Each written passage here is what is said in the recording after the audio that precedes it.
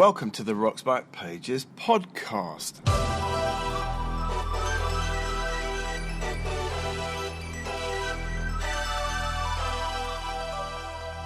Happy 2019 to all our listeners and indeed to all readers of Rock's Back Pages, the online library of music journalism.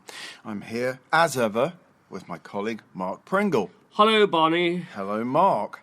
Today we're going to be talking about everything that's new on Rock's Back Pages, including Bros, Kenny Rogers, and the late Anthony O'Grady, the father of Australian rock journalism. But we're going to start with Bros. I don't think I ever imagined, Mark, you and I would be talking about Bros, but there's sort of all the rage once again. Well, I mean, this documentary, When the Screaming Stops, was put out on the BBC over Christmas, and it has become the talking point of the Christmas period. And it's the best Christmas TV I've ever seen in my life. They basically come out appallingly out of it. It's basically they're getting together to do a show at the O2 and a subsequent tour.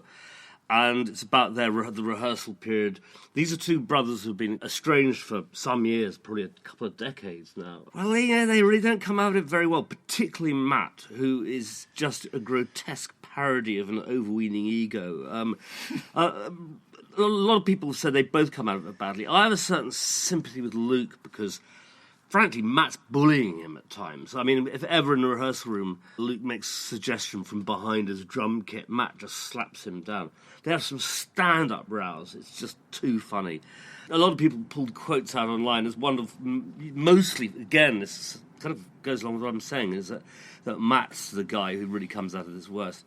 He says, the letters H-O-M-E are so important because they personify the word home. I mean, epitome, that's the way he pronounces it, epitome, which I believe is Latin for abstract.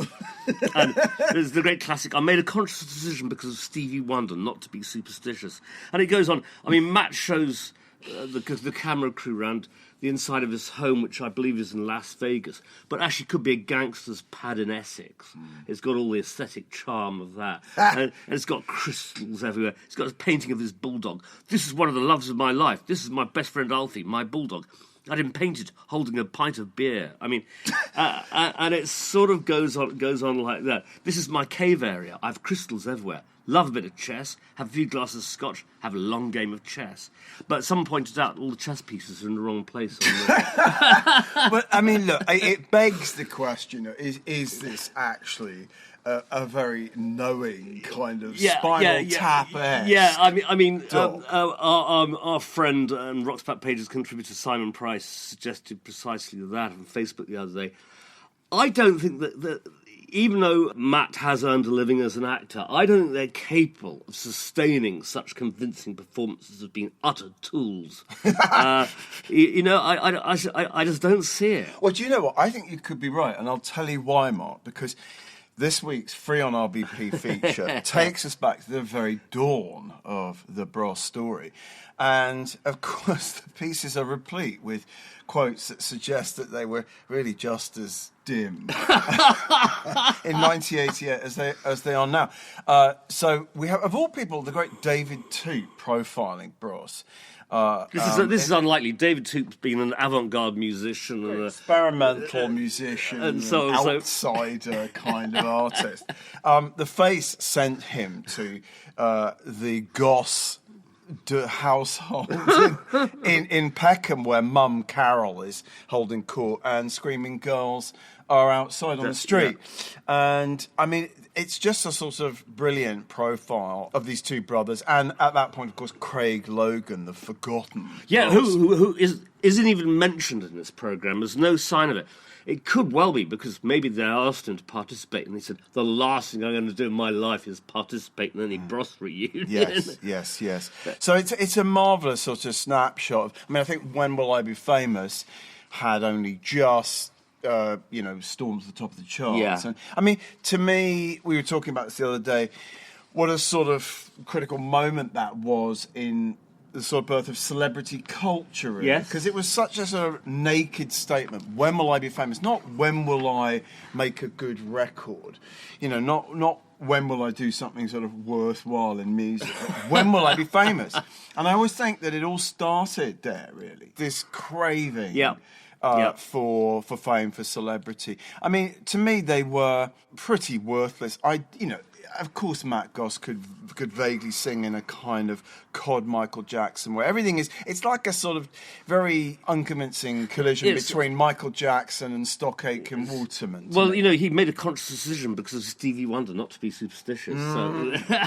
There you go. I mean, Stockache and Waterman's interesting because they are part of that whole the new British pop of the late 80s, which is the beginning. I mean, we've always had manufactured bands in pop. Yeah. They've always existed, but it was when that sort of exploded, where it was producer-led music, where the artists had virtually... In fact, you could say it's a return to the late 50s and very, very pre-Beatles Larry 60s. Parnes era. Absolutely. Yes. Well, and talking of Larry Parnes, Mark, the second piece in the Bros feature is Tom Hibbert, the great Tom Hibbert, the hilarious Tom Hibbert, profiling them on the road in America in November 1989. Yeah. So they're trying to crack America and kind of failing abjectly.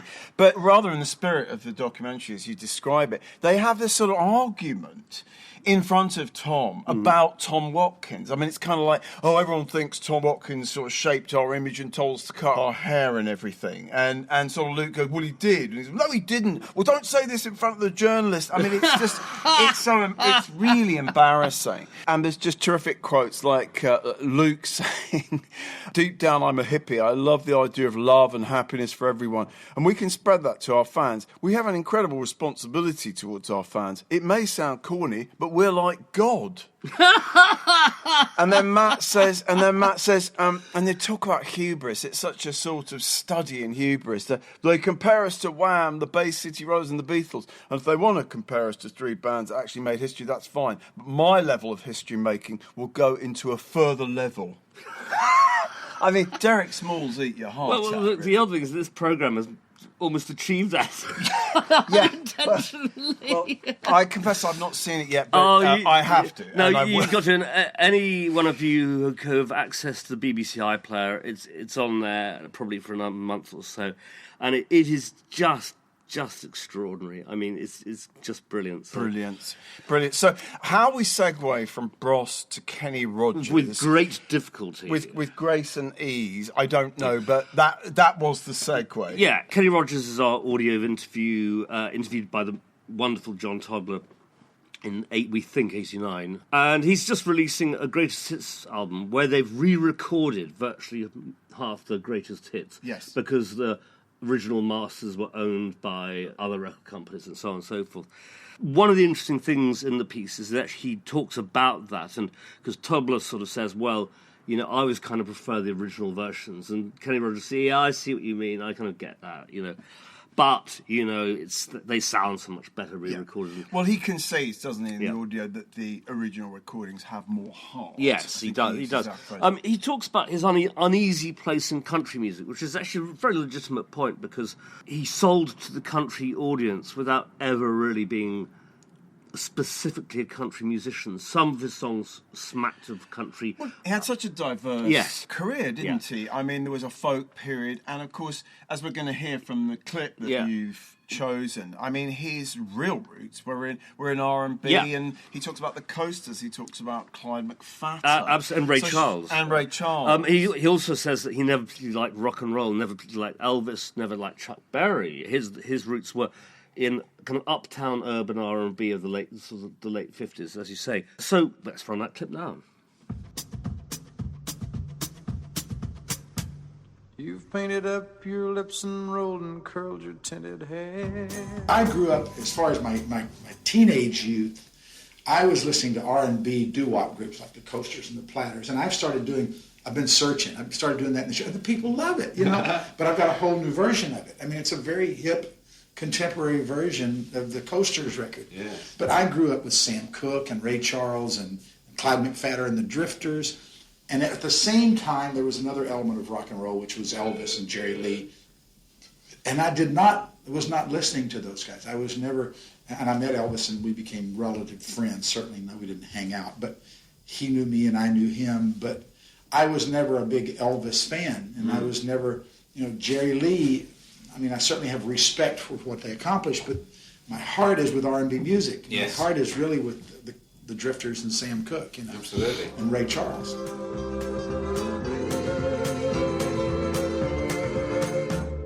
Don't take your love to town. He also talks very amusingly about the UK Country Music Festival he played once. And Mervyn Conn, I never knew this, but John Tobler asked the question. You can always hear John Tobler raising an eyebrow asking it, because it appears that Mervyn Conn had a habit of not paying his artists. And Kenny says that he went up to Mervyn and said, "Don't pay me, pay everyone else, I'm fine." He was the only one to get paid. Well, some justice there. Yeah. It's an interesting interview. I mean, actually, the other thing I think which is really good in it is he talks about... He did have a reputation as a songwriter. He wrote some very good songs. And Tobler says, why don't you write so much anymore? And he says, well, your records aren't necessarily better for them being all your own songs. That he'd rather have 3 of his songs, which are songs that he really liked, with 7 cover versions, than make the whole album his own material. And I think that's really legitimate. I think the idea of being an interpreter is rather sort of, post-Beatles went out of fashion, the idea that you could be really great as an interpreter of other people's material. Sure. And I like the fact that Willie Nelson's a case in point of someone who started off primarily as a songwriter for other people, for Farron Young and people like that. But once he had sort of written his best stuff, Willie's felt no great desire to write anymore, and has become one of the great interpreters of American song. So anyways. I mean, look, Kenny Rogers in many ways is the ultimate sort of MOR, American MOR artist, isn't he? Yeah. He's not someone with some kind of cult rock following, but he's an interesting guy. He comes across quite personably in this interview. And, as a footnote in his story and in the story of soul music, his brother Leland had a bunch of labels in Texas. They're both from Texas. And I believe that it was Kenny who took the great Betty LaVette to his brother Leland, who signed Betty. I think Kenny heard Betty LaVette singing in a club in Houston, and out of that came some terrific singles on the Silver Fox label. So, we have Kenny to thank for Betty LaVette, arguably. And there's another footnote, is I owned a Kenny Rogers branded Western belt that I bought from a Western store in Sheffield, Alabama in 1987.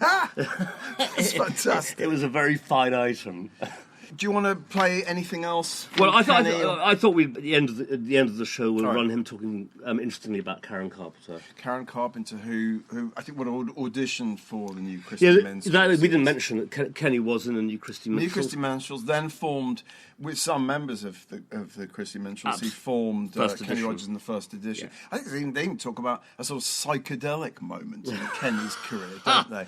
And Ruby Don't Take Your Love to Time is just one of the great songs. I mean, as a kid, I just adored it. So, sure, and even the schlocky stuff like I don't Lucille. Ooh. I mean, I don't know. It sort of is in its cringeworthy way. It's effective, but so do you think he voted for Trump?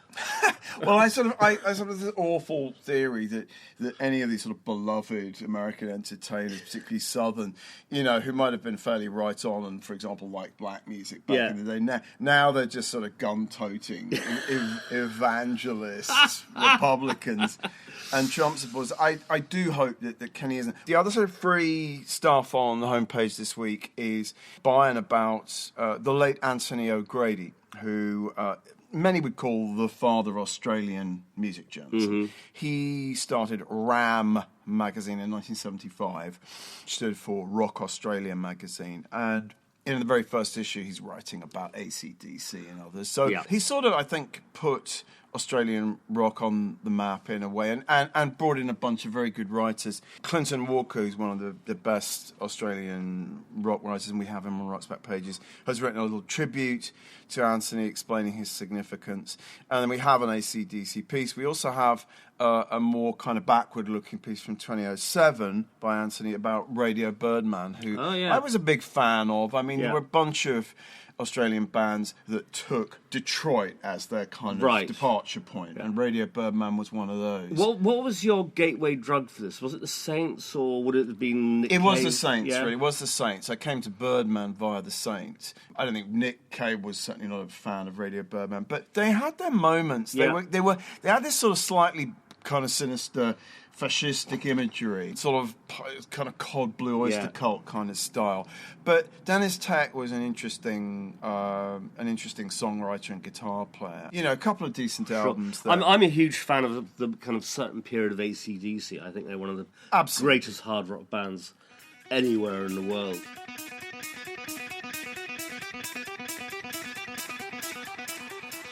And Anthony writes about them as, he calls them street punks. Yeah. You know, which is interesting. 75, he's talking about them as street punks. Yeah. And of course, they came here around about the time punk was really sort of bubbling up. Absolutely. And they made a real split. They sort of played the Marquee in Nashville. They had clubs here in London. And so young guys who really weren't going to kind of embrace punk loved AC/DC. But I mean, also the Australian scene in those days was pubs. What Australians call pubs, which we would call like a beer hall, but much bigger institutions, were the only venues rock and roll bands could play, and they were really tough places to play. Yeah. And so it created a culture of really tough bands that could keep a crowd of drunks sort of entertained. Rough as houses, as someone put it. Before we move on to the new stuff in the library, Mark, I just want to note, en passant, the passing also of another great writer, really important writer, David Kavanagh, who we lost over Christmas. Still don't quite know the circumstances of his passing. We briefly had him on Rock's Back Pages. Anyone who knew Dave, or Cav as he was known, on Select, Q, Mojo, other magazines, will say two things. He was possibly the best British music writer of his generation. I mean, Irish as he was, but also that he was quite a cantankerous and difficult cove, and that was our experience, because we had stuff by him, and then he would occasionally get in touch and say, take it off, in a rather abrupt manner, and in the end we had to say goodbye to Kavanagh on Rock's Back Pages, and it was a great shame to me. I just want to say, as a sort of addendum to that we were able last year to include his wonderful obituary for Walter Becker in the US edition of our Steely Dan book, Major Dude. So that's a terrific kind of PS in the book. Relating to what you're saying, that when he died, obviously, I'm Facebook friends with a lot of our writers, and the general thing was, great writer, but no one really knew him. No. You know, that no one was able to claim they were a great friend of his. He was pretty impenetrable, solitary guy. I mean, in the few conversations I had with Kavanagh over the years, he was hard to access. He wasn't a barrel of laughs, but he was a brilliant writer. I mean, huge Creation biography that he wrote, massive study of Creation records, and of course his John Peel book. But actually, his writing, and Q are publishing the very last piece that he wrote, which is a profile of the former choral singer Bill Ryder Jones, and it's as elegant and beautifully written as anything Dave ever wrote. So in memoriam, David Kavanagh and Anthony O'Grady, and sad way to start the year, but we're going to hand over to you now, Mark, and you're going to tell us what's going into the library. Into shall we say, the slightly attenuated library. This being the holiday period, skeleton service we provide at this time of year. You're lucky to get anything. It's just a slightly shorter list than usual. I'm starting in 72. Paul McCartney. Wings, Andrew Bailey on Wings. And this is very early days of Wings, 72. There's pretty much their first tour, I think. It was the first time they'd gone out on the road. And there was a lot of controversy about the qualities or otherwise of Linda Eastman, Linda McCartney, playing keyboards and singing on stage. Denny Lane says, "We all dig Linda. I like her as a person. I understand her quite a lot. As a matter of fact, she reminds me of John Lennon in a way, just in the way she feels about things. She's very truthful. I think she's contributing a lot to Paul's talents, especially in the studio, because she's more relaxed than when we're playing in public. Paul McCartney is his usual offhand self. I'm not afraid of the British press. I like the British press. They're darlings." It's just a snapshot that band, and all the slight prickliness, a Beatle with his new band, expectations, etc. Sure. Second piece, 75, a fabulous Brian Case interview with Elvin Jones, the marvellous jazz drummer Elvin Jones, for the NME. And he just writes this paragraph. Down at Ronnie's, it's Ronnie Scott's, where Elvin was playing that week. Down at Ronnie's, his drum figures quake and break like crestless waves, boil in a loose limber flux. His right hand fences at his rivet cymbal like Fairbanks Senior holding the drawbridge against a regiment. Tigerish, Elvin works his kit from a Joe Frazier crouch, thick-set, powerful, a cheroot clamped between his teeth. I mean, I've spoken before about Brian Case. It's just fantastic. But also, Elvin, in the interview itself, Elvin Jones comes over marvellously. He's really engaged. There's probably a bit of weed being smoked down in the basement dressing room at Ronnie Scott's. I suspect. That's great. A drink or two. 78, Colin from Melody Maker, Colin Irwin interviewing Dolly Parton. Now, it's a very interesting interview. Slightly unfortunately, Colin chose to transcribe Dolly's southern vowels, which makes it quite a hard read. Right. So it's like, I've got a new audience as well as my country audience, except for a few bitter people. I guess I pissed them off and they pissed me off. And the thing is, reading chunks of text written in that way is actually quite hard work. But it's a very interesting period of Dolly Parton. She's just about, she started but hadn't finished the album she did with Emmylou Harris and Linda Ronstadt. She's really breaking out of her strict country thing, whilst, Angela, is great songwriter. It's a good interview. It's an interesting and problematic thing that I think probably a lot of us have been guilty of, including me, because I've written a lot about Southern music, and there is always that kind of temptation because the sound of the sort of Southern dialect is so irresistible. You want to try and translate that onto the page. Yeah. And I think it's probably okay with the odd kind of sentence or phrase, but when it's the entire interview, it's kind of hard work. Probably is. It's also slightly disrespectful, I think.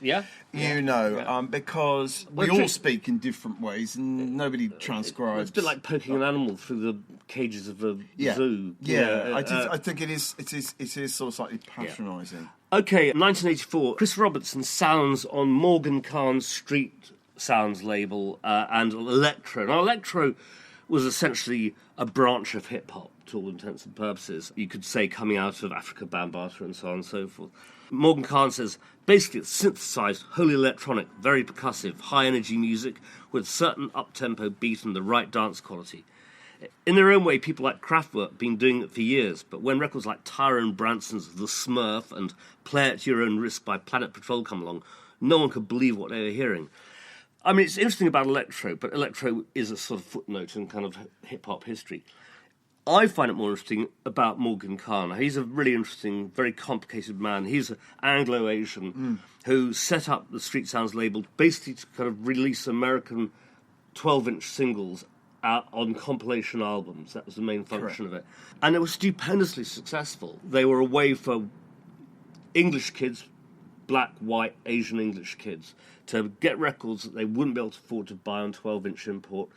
And it was at a time when English dance music was on the verge of a huge change. It was coming out of the Northern Soul thing and then the disco thing. Yes. And in a way, it pointed towards house music in certain respects. The irony is his company went bust in 1988 because they had a magazine which cost far too much money and actually pulled the whole company down, just at a time when, if he had managed to hold it together, that he could have really done well out of the house music boom. Right. I've talked to people about Morgan Khan. He was a difficult man to deal with. Okay. He didn't necessarily pay very well and things like that. He was very Thatcherite at the time. He's regularly quoted as saying Margaret Thatcher is the best thing that's happened to this country and all that. But I think that he's an overlooked hero of British club culture. Sure. Yeah. He also put out an enormous Philly box. Yes, that's right. Which I think I was sent or had to review at the NME, so I was rather grateful. I still have that. It weighs a ton. And it's kind of pretty much everything ever released on Philadelphia International. I mean, probably what he was doing at the time is that Philadelphia International probably just about gone to pieces by that time, and he could pick up stuff cheap. He was very good at that. He was very good at kind of rinsing catalogues. Sure. Moving on to 88, Sean O'Hagan. This is This is 16th of July 88. Now, that would have been the peak of the second summer of Smack love. dab in the middle of the second summer. Absolutely. And it's basically about ecstasy. It's also about some of the DJs and so on and so forth. And he talks to a club girl called Pam. Can you describe the effect stage by stage? People have likened it to everything from smack to mescaline. Well, I've never tried either of those, but he's kind of dreamy, friendly. It begins with a rush, sometimes a little scary and nauseating, but that passes and you start to feel really relaxed and animated. People say it gets rid of your inhibitions, and I must admit I've had a few wild nights. Mostly, though, it's good for dancing and getting on with other people. It's a friendly drug. It's a very interesting piece. It's a snapshot of that moment in time. Moving on, 94... Blur, by Caroline Sullivan in The Guardian. Blur, after a sort of series of false starts, had finally really cracked it. Part Life had come out, and suddenly they had become the most interesting thing around. She says, Melody Maker used to run a regular comic feature that depicted Blur singer Damon Albarn as a highbrow fop who constantly got the group into scrapes by picking fights with lorry drivers. Hilarious, but plainly fictitious. Or not. Albarn chatting in his record company office. I know our references are a bit predictable. Joan Littlewood in the Theatre Workshop, Kurt Weill. He speaks in the wary East drawl that even Neil Tennant of the Pet Shop Boys has never quite got the hang of. It's easy to imagine getting resoundingly up the noses of drivers, dockers, and anybody bigger than him. And it's a great piece. Great, Mark. Well, thank you. And just bring things slightly more up to date over the last 10 or so years. Well, it comes 15, 20 years now, isn't it? Because we are almost into the 2020s. But there's a live review of Arcade Fire at King's College, London, 2005. Francis Morgan from Plan B magazine, Everett True's magazine. And it's a great piece that really captures how exciting and different they were. I'm essentially a fan of Arcade Fire, not everything, but The Suburbs is really one of my favourite albums of all time now, I would say. And I think they were very dramatic and powerful when they kind of launched with the Funeral album, that song Rebellion Lies, number 2. So she talks about what they were like to see at that early stage before they became huge. David Hepworth's obituary of Whitney Houston. Oh, yeah. Poignant and really gets the heart of the mystery of how she unravelled so spectacularly. Mick Houghton on a cult hero, Mickey Niebuhr, great American Southern songwriter, singer-songwriter, wrote American Trilogy for Elvis. That's a really nice piece. And last but not least, our quote of the week on the homepage is from Ed Harcourt. He's just released a new album, but this is 2016, and he's talking. Trump isn't even elected president yet, but he's talking in the wake of Brexit, and he says that in Britain, America, there's been a silent, dormant, slightly racist majority, and someone has come along and awakened the kraken. Ouch. Yeah, politically contentious, perhaps of us to put that on the homepage, but there we go. It's a point of view, and so much has happened since he said those words in 2016. It's always quite interesting, actually, to look into the very recent past and hear what people were saying in that year. Yeah. So I think that's us. Yeah. That's us done. Again, Happy New Year to everyone. Happy New Year, everyone. Be back next week with, a fuller service. You almost said next year, didn't you? No, I didn't. You might have said that. The next podcast will be in January 2020. Yes. But we will be back next week, and we'll be talking at length about what's new on Rock Back Pages then. Yes. So thanks for listening. And we'll sign off with Kenny Rogers talking about Karen Carpenter. Bye. Yeah, oh yeah, what condition my condition was in. My next question is about Karen Carpenter. Yeah. Pete Henderson used to tour with the Carpenters. Uh-huh. But she seriously, she auditioned for the New Christy Minstrels? That's what I understood. But Karen, as great as she sang, had a very passive personality. And it's not wrong, it's just it was wrong for the Christies. They need all-American bubbly spirit and get out there and green, green, it's green, they say. Yeah. And Karen was much more of a purist. She really enjoyed doing exactly what she and Richard did, which was sing these quiet, pretty ballads. And even though she was a drummer, she really preferred to do ballads, and she did them well.